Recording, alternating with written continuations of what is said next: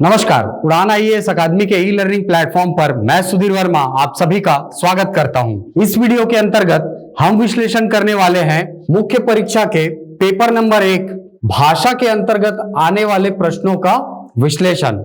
हम देखेंगे कि किस प्रकार के प्रश्न आते हैं, किस प्रकार उसका उत्तर लिखा जाता है, कितने लाइन दिए जाते हैं। ठीक है, तो ये जो सवाल है वो विद्यार्थियों के मन में अक्सर रहते हैं, तो हमने ये प्रयास किया है कि आपको सीधे सीजीपीएससी के आंसर शीट की कॉपी ही दिखाई जाए, जिससे विद्यार्थियों के मन में जो शंका रहती है उसको हम दूर कर सकें।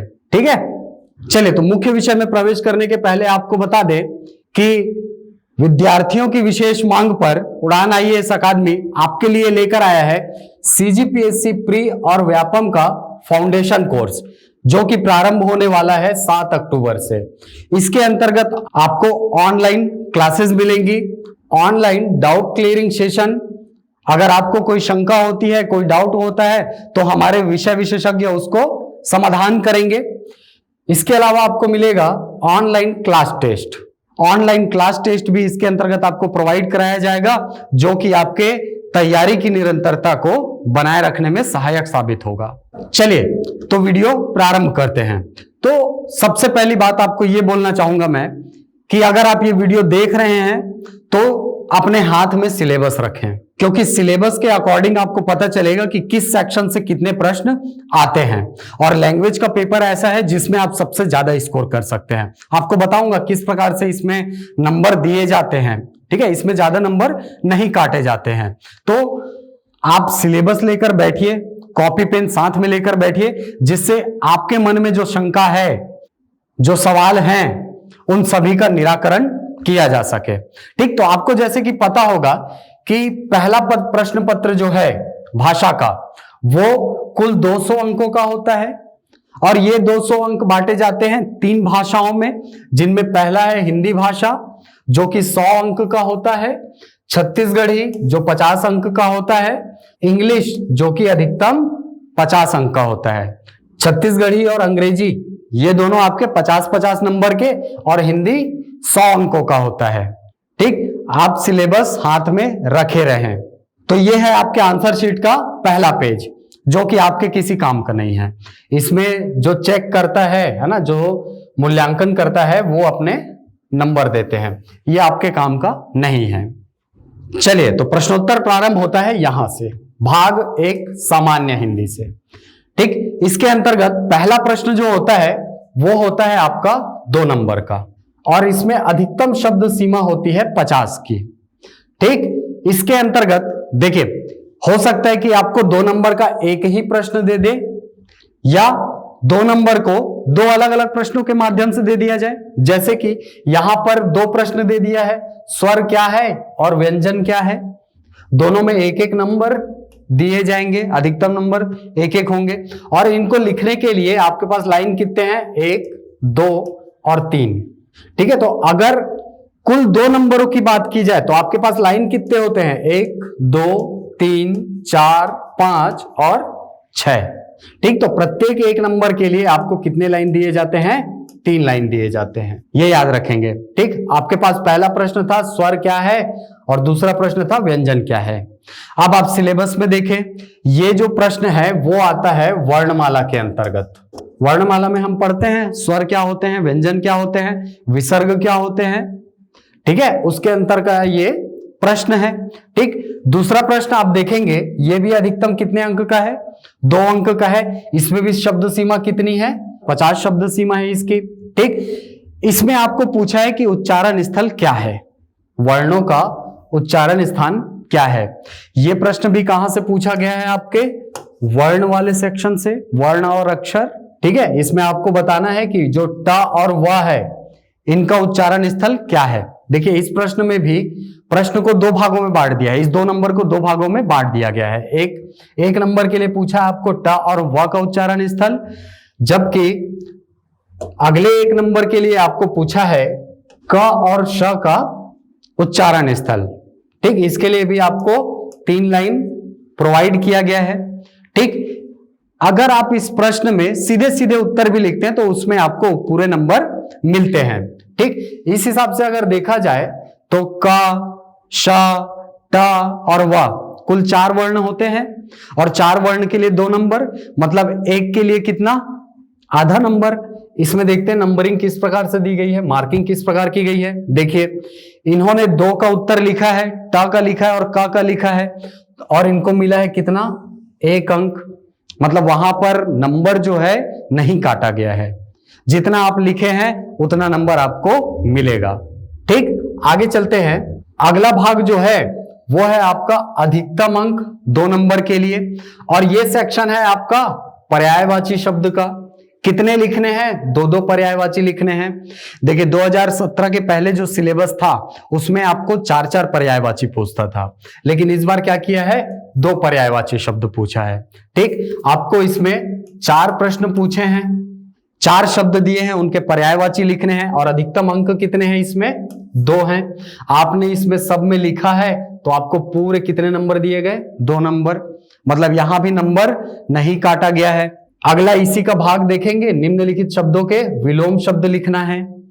विलोम शब्द के अंतर्गत भी कितने प्रश्न पूछे हैं, 4 प्रश्न पूछे हैं और अधिकतम अंक कितना है, 2 अंक का। इसमें इन्होंने 1 का सही उत्तर दिया है, बाकी 3 क्या है इसमें गलत है। तो इस प्रकार से आपको उत्तर मिले हैं कितने, आधा नंबर मिला है इसमें। मतलब यहां पर भी नंबर नहीं काटा गया है। ठीक, तो ध्यान रखेंगे, इसीलिए बोला जाता है कि भाषा जो है वो बहुत ज्यादा स्कोर करके दे सकता है अगर उसमें सही से मेहनत किया जाए। ठीक है, चलिए अगला सेक्शन है जिसमें आपको समुच्चारित भिन्नार्थक शब्द की परिभाषा पूछी गई है। यह शब्द के प्रकार के अंतर्गत आता है, समुच्चारित भिन्नार्थक शब्द। ठीक है, इसमें अधिकतम अंक है आपका 1 नंबर, यानी ये जो परिभाषा है वो कितने नंबर की पूछी गई है, 1 नंबर की। अब देखिए इन्होंने उत्तर कितना में लिखा, 2 लाइन में लिखा, दिया कितना है, 4 लाइन, लेकिन चूंकि इनकी परिभाषा सटीक है इसीलिए इनको पूरा 1 नंबर प्रोवाइड किया गया है। क्लियर। चलिए अगला प्रश्न है अपना 3 नंबर के लिए।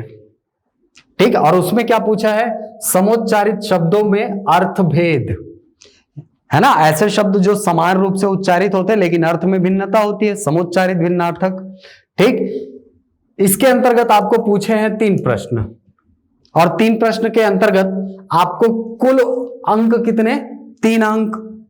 ठीक, इन्होंने लिखा है भाई 1 का आधा लिखा है, बाकी 5 जो है गलत लिखे हैं, इसीलिए इनको मिले हैं कितने, आधा अंक। अगले प्रश्न में आप देखेंगे तो तद्भव रूप, तद्भव रूप के लिए आपको अधिकतम अंक है कितना, 2 अंक का प्रश्न है। 4 प्रश्न दिए हुए हैं। ठीक, इन्होंने उत्तर लिखा किसका, 1 का सही लिखा है, इसीलिए इनको कितना मिला, आधा नंबर मिला है।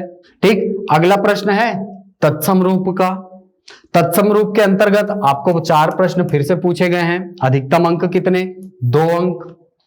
इन्होंने उत्तर लिखा है 3 का, इसीलिए इनको नंबर मिले कितने, 1 सही 1/2, यानी 1.5 नंबर मिले हैं। ठीक, अगला प्रश्न है आपका 4 अंकों के लिए और 4 अंक में आपको क्या पूछा है, निम्नलिखित वाक्यांशों के लिए एक सार्थक शब्द लिखिए, यानी अनेक शब्दों के लिए एक शब्द। तो इसके अंतर्गत आपको प्रश्न कितने दिए हैं, 1, 2, 3 और 4। तो कुल 4 प्रश्न पूछे हैं 4 अंकों के लिए। ठीक है, इन्होंने 1 का सही उत्तर दिया इसीलिए इनको 1 नंबर मिला है। ठीक, अगला प्रश्न है आपका निम्नलिखित शब्दों में संधि विच्छेद कीजिए। ठीक है, संधि से यहां पर देखिए, पहला जो प्रश्न है वो संधि विच्छेद से है और दूसरा संधि की क्रिया से, या यूं बोले कि संधि 1 है। तीसरा प्रश्न है उसमें भी आपको 2 लाइन मिले हैं और अधिकतम अंक कितना है, 1 अंक है। ठीक, तो अगला प्रश्न है रेखांकित अंशों को सारगर्भित व्याख्या कीजिए। ठीक है, इसमें कुछ लाइन्स हैं जिनको क्या कर दिया गया है, अंडरलाइन कर दिया गया है। उन अंडरलाइन जो लाइन्स हैं, जो वाक्य हैं, उनकी क्या करना है, आपको सारगर्भित व्याख्या करना है, उनका सार बताना है। ठीक, इसके लिए आपको उत्तर में मिले हैं कुल 1, 2 और 3 लाइन और अधिकतम अंक है आपका कितना, 3 अंक। मतलब ये जो सेक्शन है यहां से आपका कुल कितने नंबर का प्रश्न बन गया, 6 नंबर का प्रश्न बन गया। 1 नंबर के 3 प्रश्न और 3 नंबर का 1 प्रश्न, कुल कितने नंबर हो गए? 6 नंबर हो गए। ठीक, तो अपठित गद्यांश से आपका कुल 6 नंबर का प्रश्न आता है। और इसके अलावा जो संक्षिप्तीकरण और शीर्षक देने वाला जो प्रश्न था, वहां से भी आपका कितना प्रश्न बनता है, यानी कितने नंबर मिलते हैं वहां से? 6 नंबर मिलते हैं। मतलब ये जो सेक्शन है, यहां से आप कुल 12 नंबर जो है वो प्राप्त कर सकते हैं। अधिकतम अंक कितना होता है इसमें? 12 अंक होते हैं। क्लियर? चलिए, तो हमारा अगला प्रश्न है, अधिसूचना से क्या आशय है? देखिए, ये प्रश्न आपका है अधिकतम 3 अंक के लिए।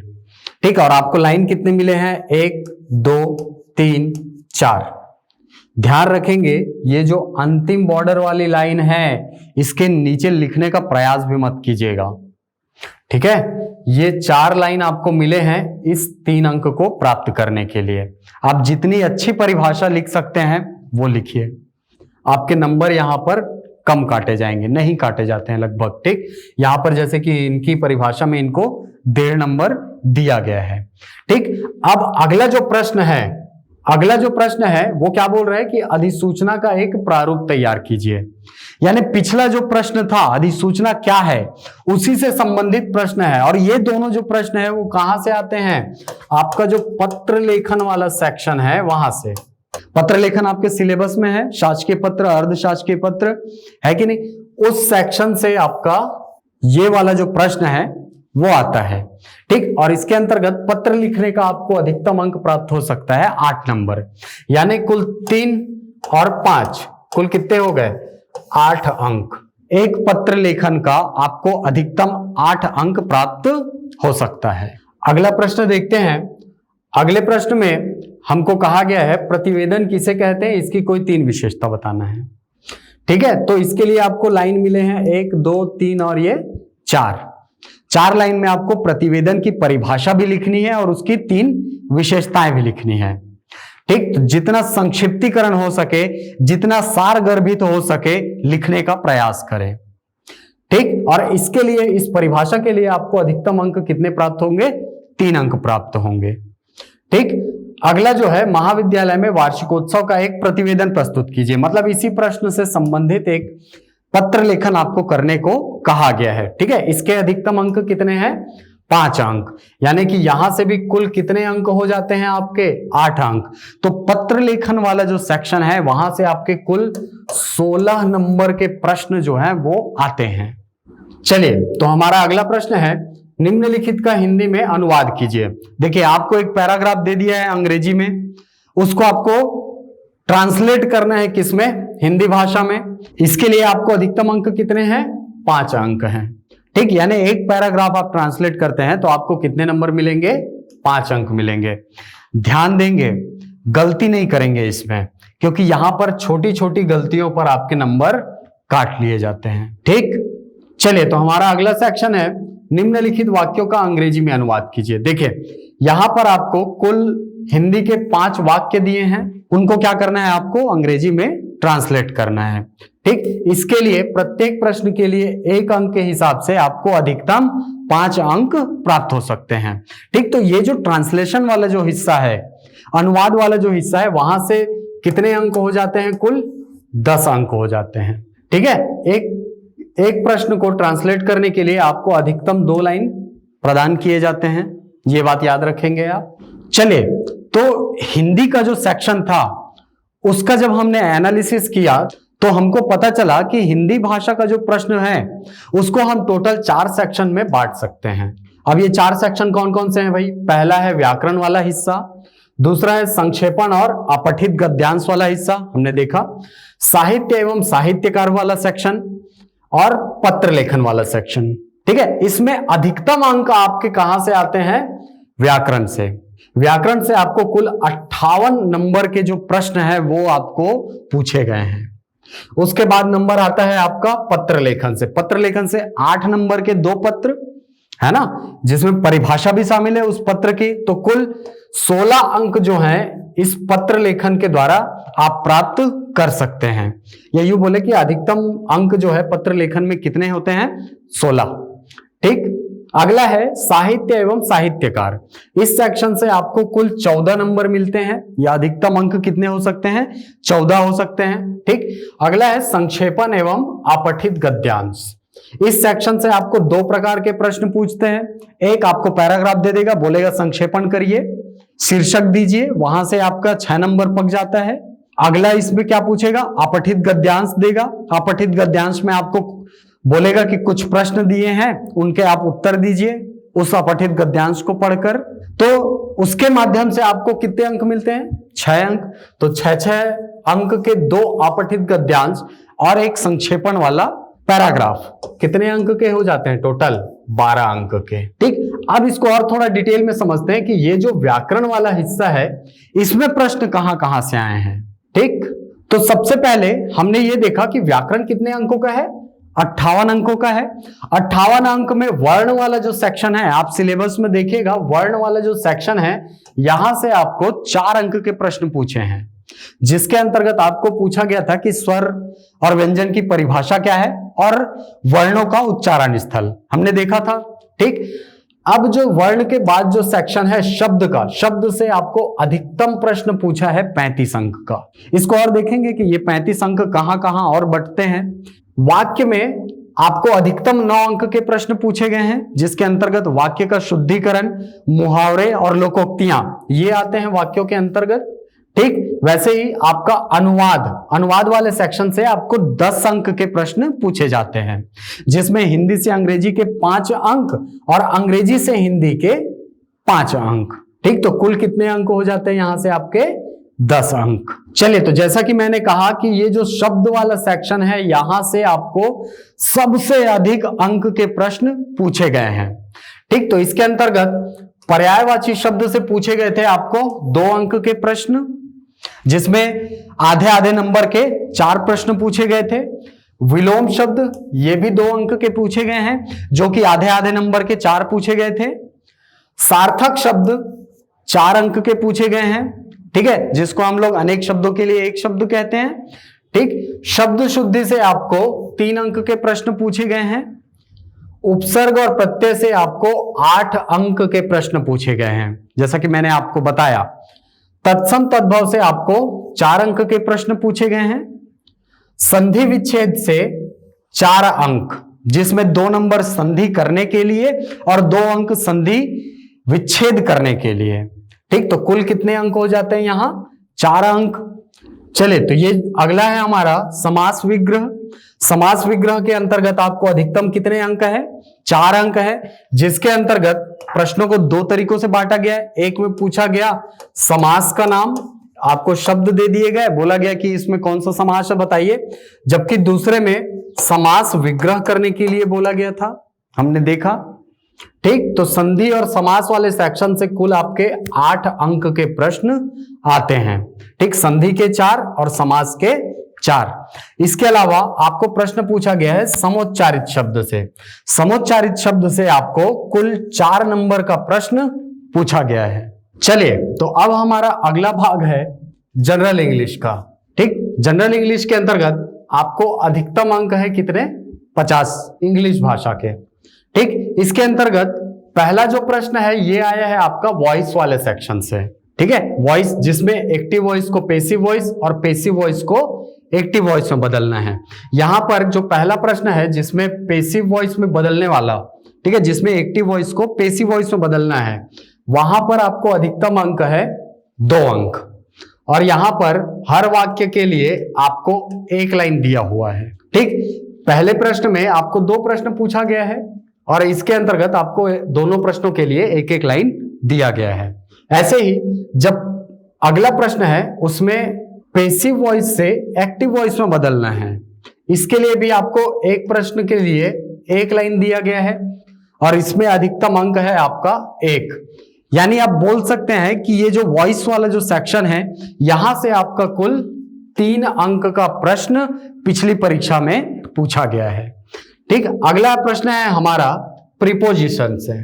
ठीक, प्रीपोजिशन के अंतर्गत आपको 3 प्रश्न पूछे गए हैं और 3 प्रश्न के लिए आपको अधिकतम अंक दिए जाएंगे 3। ठीक, 3 प्रश्न है और ये प्रश्न जो है आपको फिल इन द ब्लैंक्स के फॉर्म में पूछा गया है, जिसके बीच में आपको प्रीपोजिशन लगाना है। उसके लिए आपको एक एक लाइन दिया गया है। ठीक, आपको इस फिल इन द ब्लैंक्स वाले में आंसर नहीं लिखना है, आपको आंसर लिखना है ये नीचे वाले लाइन में। ये ध्यान रखेंगे, अगर आप इसमें उत्तर लिखते हैं और मान लो वो चेक करने वाले की नजर में नहीं गया तो आपका तो नंबर कट जाएगा। ठीक है, तो उससे अच्छा है कि आपके आंसर के लिए जो स्पेशल जगह दिया हुआ है वहां पर आप उत्तर लिखें। चलिए अगला प्रश्न है हमारा कॉन्जंक्शन से। ठीक है, जो अधिकतम 2 अंक का है और इसके अंतर्गत पूछे जाने वाले प्रश्नों की संख्या भी कितनी है? 2 है। ठीक, इसके अंतर्गत आपको वही फिल इन द ब्लैंक्स वाले फॉर्म में पूछा गया है प्रश्न, लेकिन आपको उत्तर के लिए अलग से जगह दिया हुआ है।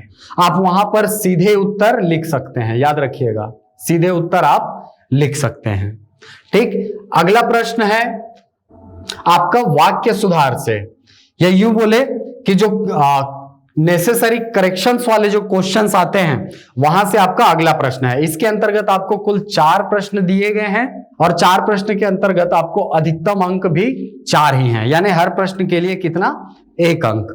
हर वाक्य के लिए आपको 1 लाइन दिया हुआ है। देखिए आप, हर वाक्य के लिए 1 लाइन दिया हुआ है। ठीक, चलिए तो ये जो rewrite the following sentence after making necessary corrections, यानी वाक्य में सुधार के लिए, वाक्य सुधार वाले प्रश्न जो है अंग्रेजी भाषा में, इससे भी आपके 4 प्रश्न जो है, या यूं बोले कि 4 नंबर के प्रश्न जो है वो पूछे जाते हैं।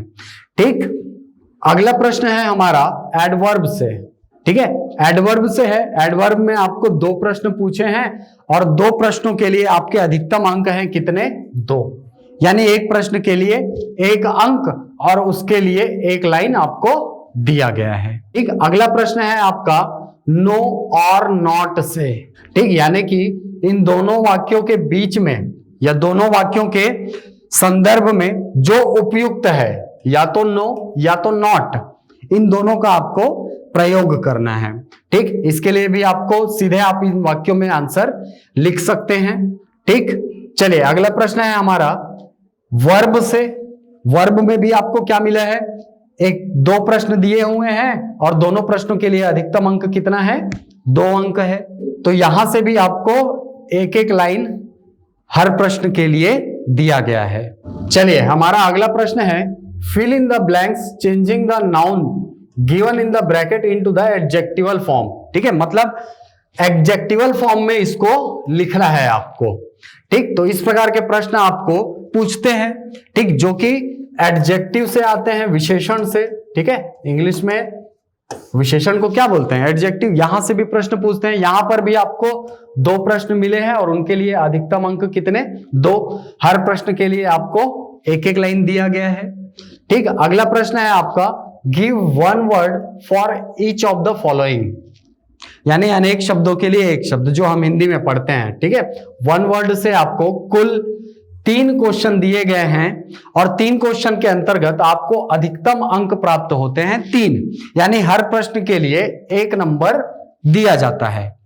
अगला है आपका rearrange the following structure to frame meaningful sentences, यानी कि जो रीअरेंजमेंट है वाक्यों का, उसके लिए आपको कुल 3 प्रश्न दिए जाते हैं और 3 प्रश्नों के अंतर्गत आपको 3 अंक प्रदान किए जाते हैं।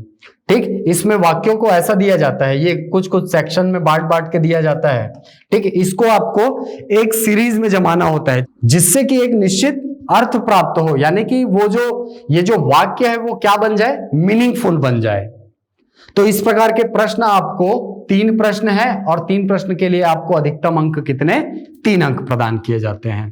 ठीक, इसके अलावा आप देखेंगे कि right synonym of following words. ठीक, तो सिनोनिम से यहां से आपको कुल 3 प्रश्न और 3 प्रश्न के लिए आपको 3 अंक। वहीं अगर एंटोनिम की बात करें तो एंटोनिम के अंतर्गत भी आपको कुल 3 प्रश्न और 3 प्रश्न के 3 अंक। ठीक, अगला प्रश्न है हमारा write down the meaning of the following idioms and phrases and also use them in sentence of your own. ठीक, कुछ इडियम्स और फ्रेजेस दिए हैं। ठीक है, जिनको हम लोग मुहावरे, लोकोक्ति कहते हैं।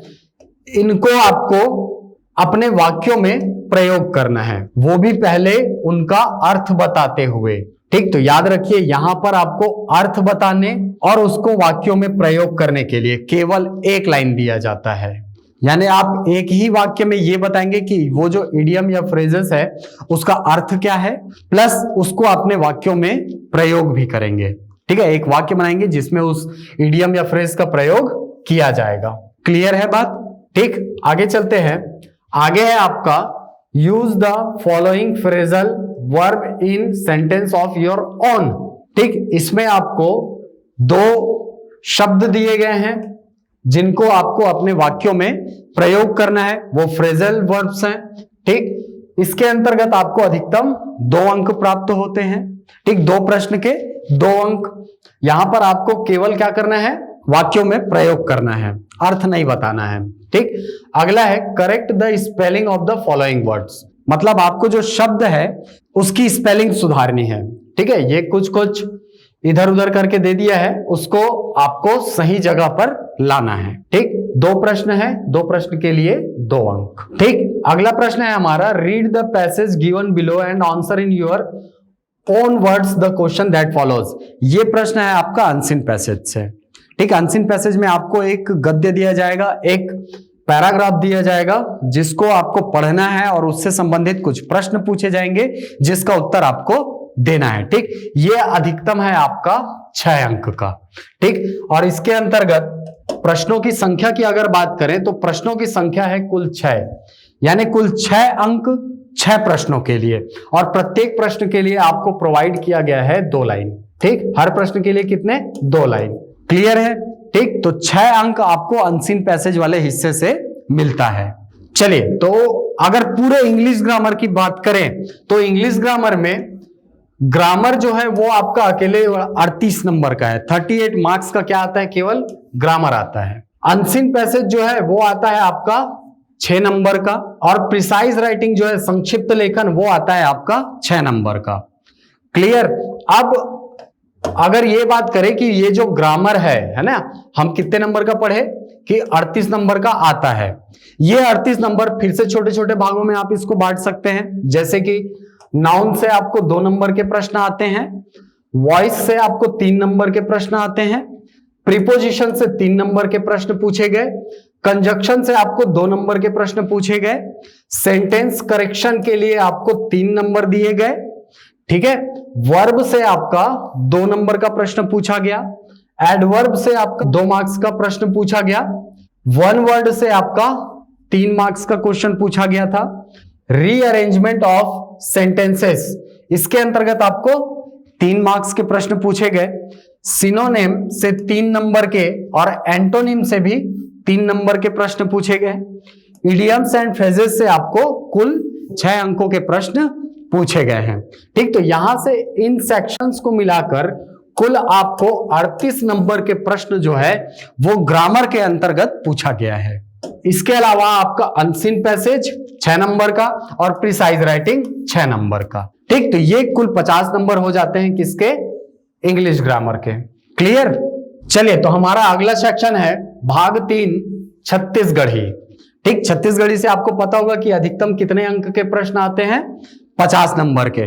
ठीक, अब पहला जो प्रश्न है, देखिए जब भी आप छत्तीसगढ़ी पढ़ना चालू करें तो मैं हमेशा बोलता हूं कि छत्तीसगढ़ी शब्दों को सबसे पहले सीखें आप, क्योंकि छत्तीसगढ़ी अगर सीखना है तो सबसे ज्यादा रोल होता है उसमें वोकैबुलरी का, या यूं बोले शब्दकोश का। अगर आपकी छत्तीसगढ़ी शब्दकोश अच्छी है तो आप इस 50 में से बहुत अच्छे अंक ला सकते हैं। ठीक, जैसे कि पहला ही प्रश्न है आपका छत्तीसगढ़ी समानार्थी से।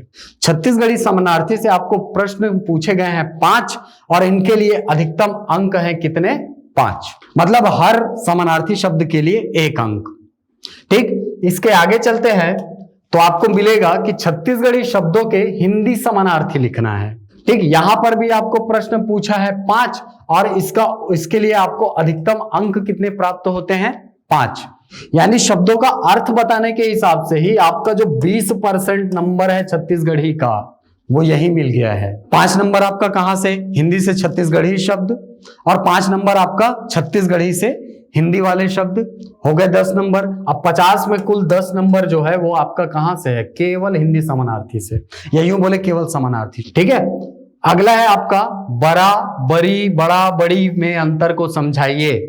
तो एक तरीके से बोल सकते हो कि ये भी किसके अंतर्गत आता है, समानार्थी शब्दों के अंतर्गत आता है।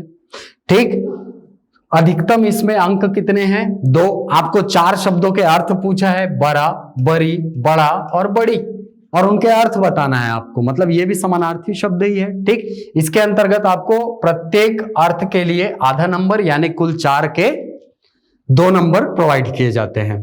ठीक, आगे चलते हैं। आगे का जो सेक्शन है इसके अंतर्गत प्रश्न आपको पूछा है कहां से, एक प्रश्न है 3 घंटा ले पानी बरसत है वाक्य में कौन सा काल है। आपको काल से प्रश्न पूछा है। सीता पढ़ेगी इस वाक्य का छत्तीसगढ़ी अनुवाद कीजिए, यह अनुवाद वाले प्रश्न से है। पूर्वी हिंदी की समर्थ विभाषा छत्तीसगढ़ी की 2 भगिनियां कौन सी है, यह छत्तीसगढ़ी का इतिहास वाले प्रश्न से है। गोठियाना शब्द का भाववाचक बनाइए, यह संज्ञा वाले सेक्शन से प्रश्न है। बैहा के का चिन्हारी वाक्य में सर्वनाम शब्द कौन सा है, यह भी आपका सर्वनाम वाले सेक्शन से है। यानी कि आप बोल सकते हैं कि पहला, चौथा, पांचवा, ये 3 प्रश्न आपका व्याकरण से संबंधित हैं, जबकि एक जो है वो अनुवाद वाले सेक्शन से संबंधित है और एक आपका छत्तीसगढ़ी के काल से संबंधित है। क्लियर है? ठीक, इसके अंतर्गत प्रत्येक प्रश्न के लिए आपको 2 नंबर दिए जाएंगे, यानी कि अधिकतम अंक कितने, 10। अगला सेक्शन है हमारा हिंदी वाक्यों को छत्तीसगढ़ी में अनुवाद करना है। फिर से समानार्थी शब्दों का महत्व यहां पर आपको दिखेगा। इसके अंतर्गत आपको मिले हैं कुल 4 प्रश्न, और 4 प्रश्न के अंतर्गत आपका अधिकतम अंक प्राप्त होता है आपको 8 अंक, यानी प्रत्येक अनुवाद के लिए आपको 2 अंक दिए जाते हैं। ठीक, तो ये भी आपका याद रखेंगे। देखिए, प्रशासनिक शब्दावली जो है वो आपके सिलेबस में डायरेक्टली मेंशन नहीं है, लेकिन प्रश्न में उसको पूछा जाता है। जैसे कि यहां पर हम पहले से ही नियंत्रक से रिपोर्ट मंगा चुके हैं, नियंत्रक और रिपोर्ट दोनों प्रशासनिक शब्दावली है। मंत्रालय से परामर्श किया जाना चाहिए, मंत्रालय और परामर्श करना, ये दोनों क्या है, प्रशासनिक शब्दावली है। ठीक, तो प्रशासनिक शब्दावलियां भी जो है वो आपको डायरेक्ट सिलेबस में नहीं दिया है, लेकिन आपके सिलेबस में, या यूं बोले कि आपके प्रश्न पत्र में उससे प्रश्न पूछे जाते हैं। तो इस बात को आप ध्यान में बिल्कुल रखेंगे। ठीक, अगले प्रश्न की बात करें तो अगला प्रश्न है निम्नलिखित प्रश्नों के उत्तर दीजिए। देखिए, इस सेक्शन में आपको 5 प्रश्न दिए हैं और 5 प्रश्न के लिए आपको एक लाइन का जगह दिया हुआ है। ठीक, इसके अंतर्गत पहला प्रश्न है 19 से 21 जनवरी को बेमेतरा में आयोजित राजभाषा आयोग का 6ठ प्रांतीय अधिवेशन किस साहित्यकार को समर्पित था। ठीक है, ये राजभाषा आयोग से संबंधित है। ठीक, छत्तीसगढ़ की पहली महिला उपन्यासकार का नाम, ये साहित्य एवं साहित्यकार वाले सेक्शन से है। छत्तीसगढ़ी लघु कथा संग्रह करगा की लेखिका कौन है, ये भी साहित्य एवं साहित्यकार से संबंधित है। महाकवि कालिदास की प्रसिद्ध कृति मेघदूत का छत्तीसगढ़ी काव्यानुवाद किसने किया, यह भी आपका साहित्य एवं साहित्यकार से संबंधित है। शिवायन काव्य के रचनाकार कौन है, यह भी आपका साहित्य एवं साहित्यकार से संबंधित है। ये जो प्रश्न है इसके अंतर्गत आपको कुल 5 प्रश्न दिए गए हैं और प्रत्येक प्रश्न के लिए 1 अंक, यानी कुल अंक कितने हो जाते हैं आपके 5 अंक। ठीक, चलिए, तो हमारा अगला सेक्शन है जिसमें पहला प्रश्न है कही देवे संदेश छत्तीसगढ़ी फिल्म का गीतकार बताइए।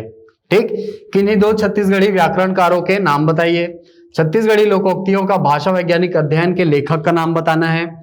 बिन भाड़ी के अंगना छत्तीसगढ़ी कविता संग्रह के रचयिता का नाम बताना है, और सुरता के चंदन छत्तीसगढ़ी गीत संग्रह के रचयिता का नाम बताना है। तो इसमें आप देखेंगे कि ये जो 3 प्रश्न है नीचे के, ठीक है, सॉरी 4 प्रश्न, ये आपका जुड़े हैं किससे, साहित्य एवं साहित्यकार से। ठीक, जबकि पहला जो प्रश्न है ये जुड़ा है आपका छत्तीसगढ़ी के प्रचार में रेडियो, समाचार पत्र, इन सब की भूमिका, टेलीविजन की भूमिका है ना। तो ये जो प्रश्न है ये सिनेमा की भूमिका से आता है प्रश्न। छत्तीसगढ़ी के प्रचार में। ठीक, तो इसके अंतर्गत आपको कुल 5 प्रश्न और 5 प्रश्न के अंतर्गत अधिकतम 5 अंक, यानी हर प्रश्न के लिए आपको 1 अंक और 1 लाइन दिया जाएगा। क्लियर है? चलिए, तो अगला प्रश्न है, समन्वित साहित्यिक रेडियो पत्रिका मोर भुइयां के बारे में संक्षिप्त टिप्पणी लिखिए। देखिए, ये जो प्रश्न है ये है आपका 2 अंक का, और आपको लाइन कितने मिले हैं? 1, 2, 3 और 4। आपको 4 लाइन में इस मोर भुइयां है ना, जो क्या है, एक साहित्यिक रेडियो पत्रिका है छत्तीसगढ़ी की, उसके बारे में लिखना है। ठीक, याद रखेंगे इसको। ये जो सेक्शन है या ये जो प्रश्न है ये किसके अंतर्गत आता है? मैंने कहा ना कि छत्तीसगढ़ी के प्रचार में रेडियो, समाचार पत्र, टेलीविजन, सिनेमा, इनकी भूमिका पर प्रश्न आते रहते हैं। ये वही का प्रश्न है। ठीक, अगला प्रश्न है, 8वीं अनुसूची में छत्तीसगढ़ी को सम्मिलित करने से क्या क्या लाभ होंगे? ये प्रश्न भी आपका कितने अंक का है? 2 अंक का है, और आपको लाइन कितने दिए हैं? 1, 2, 3, 4 और 5। ठीक, ये प्रश्न कहां से है? ये प्रश्न आता है आपका राजभाषा आयोग से संबंधित। ठीक, राजभाषा आयोग जो है वहां से संबंधित प्रश्न जो है वो हमेशा देखे जाते हैं सीजीपीएससी के एग्जाम में, तो इस सेक्शन को आप अच्छे से तैयार कर लेंगे। चलिए, तो अब आते हैं छत्तीसगढ़ी भाषा के पेपर नंबर 1 में क्या रोल है। ठीक है, कहां कहां से प्रश्न आते हैं? तो हमको पता है कि छत्तीसगढ़ी भाषा जो है वो अधिकतम कितने अंक का है? 50 अंक का है। 50 अंक के अंतर्गत छत्तीसगढ़ी शब्दों के अर्थ, इस सेक्शन से आपके 12 अंक के प्रश्न जो हैं वो पूछे गए थे। छत्तीसगढ़ी व्याकरण, यहां से आपको 16 नंबर के प्रश्न जो थे वो आपको पूछे गए थे। ठीक, छत्तीसगढ़ी वाक्यों का हिंदी अनुवाद, यहां से आपको 8 अंक का प्रश्न पूछा गया है। छत्तीसगढ़ी के साहित्य एवं साहित्यकार, यहां से आपको 10 अंक के प्रश्न पूछे गए हैं। अगला है आपका छत्तीसगढ़ी राजभाषा आयोग से संबंधित प्रश्न, ये आपको 4 अंक के पूछे गए हैं। ठीक, तो याद रखेंगे शब्दों के अर्थ से आपको 12 नंबर के प्रश्न जो है वो पूछे जाते हैं। मतलब ये वाला जो सेक्शन है ये आपके लिए बहुत ज्यादा इंपॉर्टेंट है। दूसरी चीज, छत्तीसगढ़ी व्याकरण, जिसके अंतर्गत आपका संज्ञा, सर्वनाम, लिंग, वचन, ये सारे जो सेक्शन है वो सारे आते हैं, और कुल 16 नंबर के जो प्रश्न है वो इसके द्वारा पूछे गए हैं। इसके बाद छत्तीसगढ़ी वाक्यों का हिंदी अनुवाद, इस सेक्शन से आपको कुल 8 अंक के पूछे गए हैं। ठीक, साहित्य एवं साहित्यकार अच्छे से करें, 10 नंबर के प्रश्न आए हैं। छत्तीसगढ़ी राजभाषा आयोग से संबंधित प्रश्न 4 अंक के आए हैं। ठीक, तो ये है आपका छत्तीसगढ़ी भाषा का ओवरऑल विश्लेषण कि कहां कहां से कौन कौन से सेक्शन से कितने कितने अंक के प्रश्न पूछे जाते हैं। तो इस वीडियो के अंतर्गत हमने देखा कि छत्तीसगढ़ी, हिंदी और अंग्रेजी, इन तीनों भाषाओं के किस किस सेक्शन से कितने कितने अंक के प्रश्न पूछे जाते हैं, और उनको हल करने के लिए, उनको लिखने के लिए आपको कितने कितने लाइन प्रदान किए जाते हैं। तो यह था आपकी मुख्य परीक्षा के प्रश्न पत्र क्रमांक 1 भाषा के अंतर्गत आने वाले प्रश्नों का विश्लेषण। आशा करता हूं यह वीडियो आपको पसंद आया होगा। मिलते हैं अगली कक्षा में, तब तक के लिए धन्यवाद।